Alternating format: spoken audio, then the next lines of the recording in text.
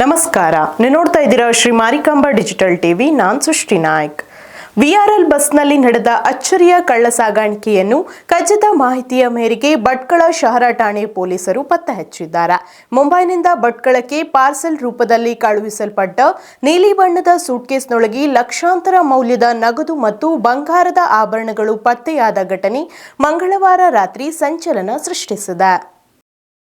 ಮುಂಬೈನಿಂದ ಭಟ್ಕಳ ಮಾರ್ಗವಾಗಿ ಮಂಗಳೂರಿಗೆ ತೆರಳುತ್ತಿದ್ದ ವಿಆರ್ಎಲ್ ಬಸ್ನಲ್ಲಿ ಅನಾಮಿಕ ವ್ಯಕ್ತಿಯೊಬ್ಬರು ಭಟ್ಕಳದಲ್ಲಿ ಇರ್ಫಾನ್ ಎಂಬುವವರು ತೆಗೆದುಕೊಳ್ಳುತ್ತಾರೆ ಎಂದು ಹೇಳಿ ನೀಲಿ ಸೂಟ್ಕೇಸ್ ಅನ್ನು ಪಾರ್ಸೆಲ್ ರೂಪದಲ್ಲಿ ನೀಡಿದರು. ಈ ಬಗ್ಗೆ ಮಾಹಿತಿಯನ್ನು ಮೊಟ್ಟಮೊದಲು ಪಡೆದಿದ್ದ ಸಿಪಿಐ ದಿವಾಕರ್ ಹಾಗೂ ಪಿಎಸ್ಐ ನವೀನ್ ನಾಯ್ಕ್ ನೇತೃತ್ವದ ಪೊಲೀಸ್ ತಂಡ ಸಂಶುದ್ದೀನ್ ಸರ್ಕಲ್ ಬಳಿ ಬಸ್ ತಪಾಸಣೆ ನಡೆಸಿದ್ದಾರೆ.